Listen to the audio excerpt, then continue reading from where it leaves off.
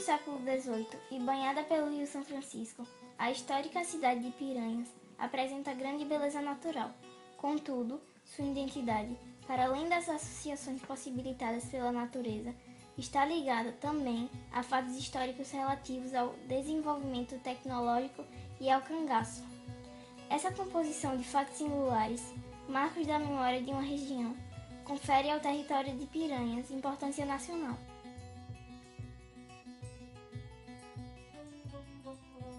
A localidade era, então, conhecida como Tapera. Conta-se que um caboclo pescou uma grande piranha em um riacho. Ele preparou e salgou o peixe e o levou para sua casa, onde verificou que se esquecera do cutelo. E, voltando-se para o filho, disse: "Vá ao porto da piranha e traga o meu cutelo."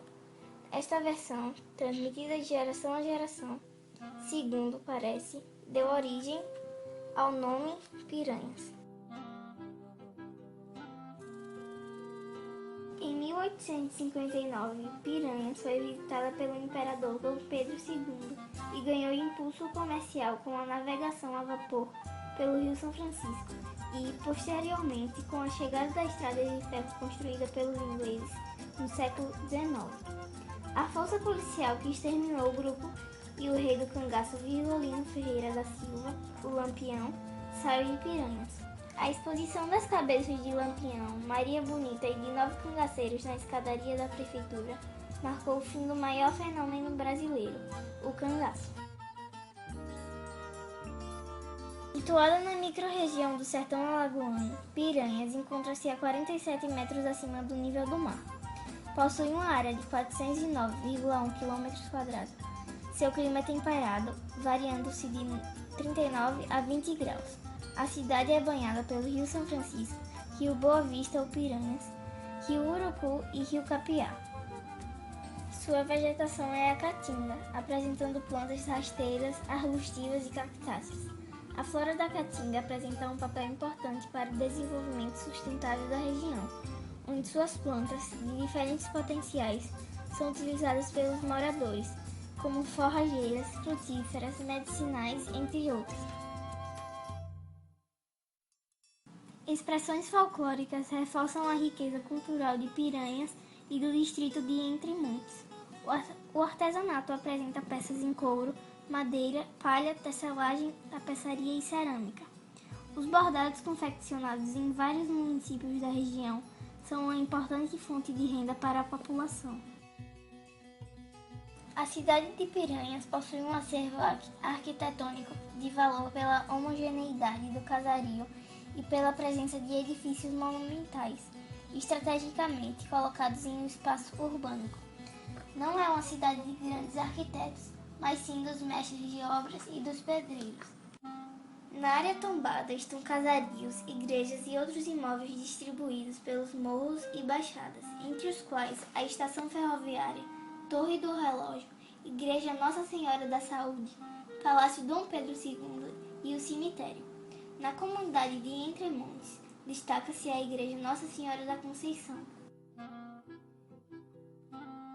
O Rio São Francisco é reflexo direto no processo de desenvolvimento desta região, seja ele fator de impulso ou estagnação, como pode ser observado ao longo do tempo. O mesmo foi responsável pelo povoamento deste local e estão condicionados a ele os fatores econômico, político, social e cultural das cidades margeadas por estas águas. Além das inúmeras riquezas naturais e potencialidades, o Rio São Francisco é rico também em tradições culturais e manifestações folclóricas ao longo de sua extensão. O Velho Chico desperta na comunidade ribeirinha os mais profundos sentimentos afetivos, exercendo a influência sobre a imaginação das pessoas e fazendo surgir diversas lendas, histórias, superstições e mitos. A fauna da Caatinga é pobre em comparação com outros biomas.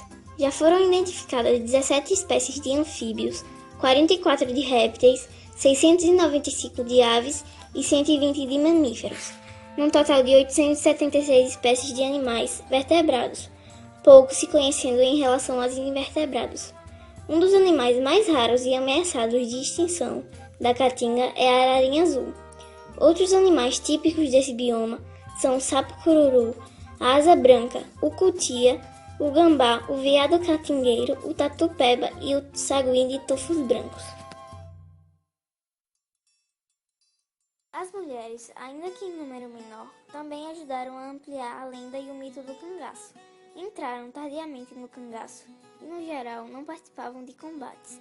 Ao ingressar no cangaço, elas provavelmente viam a possibilidade de uma vida mais dinâmica, diferente da que estavam acostumadas. Quem sabe, uma forma de se afastar da rotina, muitas vezes entediante e previsível, dentro das comunidades sertanejas tradicionais, onde seu papel já estava definido desde que eram meninas. Algumas mulheres juntaram-se aos cangaceiros por vontade própria. Outras, como Dadá, companheira de Corisco, foram raptadas e terminaram se adaptando. Desde então, estima-se que mais de 40 mulheres tenham ingressado naquela vida, mas o que de fato mudou no cangaço e no comportamento do próprio Lampião com a presença das mulheres. Segundo um relato dos cangaceiros e historiadores, a presença de Maria Bonita e de outras mulheres deu início a uma fase menos violenta do bando de Lampião, cujas ações passaram a ser mais seletivas e centradas na coleta de dinheiro. Os resgates, como garantia de que não tomariam de assalto uma cidade ou propriedade. Além de ações mais estratégicas, semelhantes às de organizações mafiosas, há relatos de que Maria Bonita intercedeu mais de uma vez pela vida de pessoas capturadas pelo bando. Lampião costumava atender seus pedidos de clemência e, de resto, tanto pela idade dos cangaceiros quanto pelo ambiente doméstico que as mulheres trouxeram para os acampamentos. Houve uma redução da violência de suas ações, diz Isabel Lustosa. A presença de Maria Bonita e outras mulheres inibiu os casos de estupros, de João de Souza Lima, pesquisador da vida de Maria Bonita. Lampião e seu bando abusavam de acessórios e bordados coloridos. Chapéu. Chapéu de couro era coisa de homem. As mulheres usavam de feltro, de aba média com testeira e barbela. A única semelhança era o gosto pelos enfeites. Estrelas. O signo do Salomão, estrela de 8 pontos, era comum nos chapéus, pois acreditava-se que protegiam contra o mal olhado. Cantil, coberto com uma capa de brim, rico em bordados coloridos. Eram feitos de estanho ou alumínio, ou até de cabaça, junto uma caneca cheia de folhas, para evitar o barulho. Jabiraca. Para secar o suor, usavam um lenço de seda preso no pescoço por uma sequência de anéis, o cartucho. Servia também como coador. Cabelo.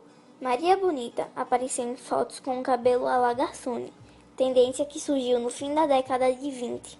Os broches eram parte do visual. Cartucheira. Servia para carregar pentes de munição e pistolas de maneira anatômica. Somando todos os acessórios, o cangaceiro podia carregar 40 quilos. As mulheres levavam menos carga que os homens.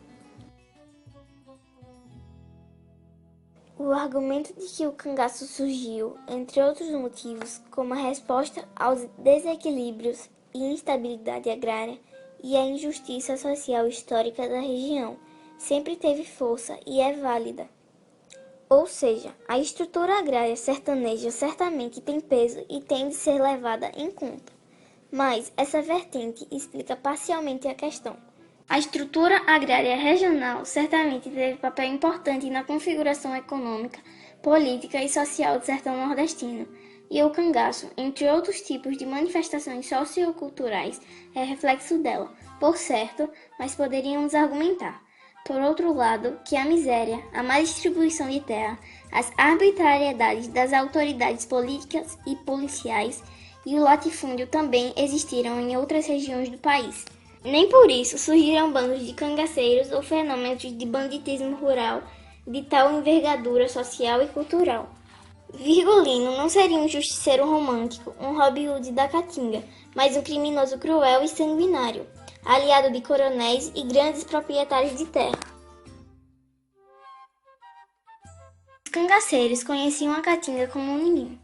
Tinham locais específicos para descanso, conheciam as melhores rotas de fuga, Os locais que tinham alimentos e água, eles conheciam bem o uso medicinal das plantas regionais, uma vez que os medicamentos manipulados nem sempre eram disponíveis.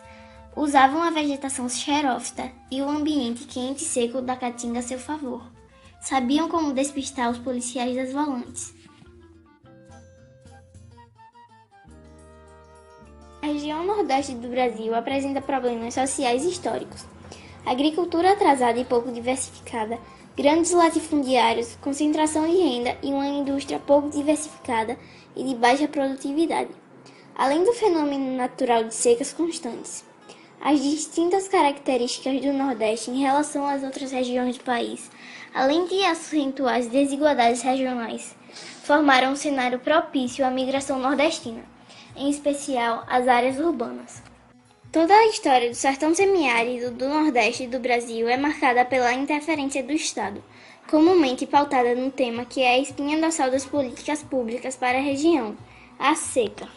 A escassez de água ajudou a justificar inúmeras ações governamentais e todo um arcabouço econômico e político se cristalizou a partir desse fenômeno ambiental, o que condicionou historicamente as relações sociais nesse espaço.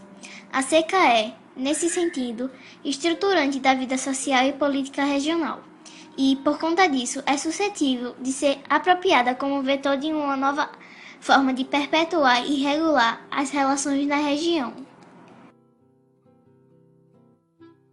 Diante da ainda existente concentração de terras no sertão alagoano, são poucos, ainda, os assentamentos na região.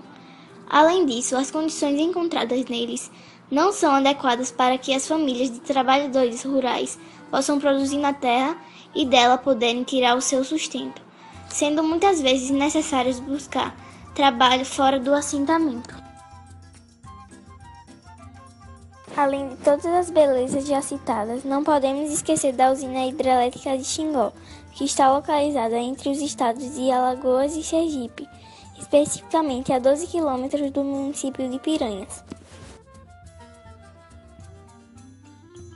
A cultura do sertanejo é marcada pela lida com o gado, modo de vida simples e não consumista, observado na organização da família, nas vestimentas, nas festas religiosas, na religiosidade marcante e na alimentação. O modo de vida simples dos sertanejos nos lembra a filosofia cínica, onde o filósofo de maior destaque, Diógenes, acreditava que, vivendo de modo simples, o indivíduo poderia ser livre e feliz.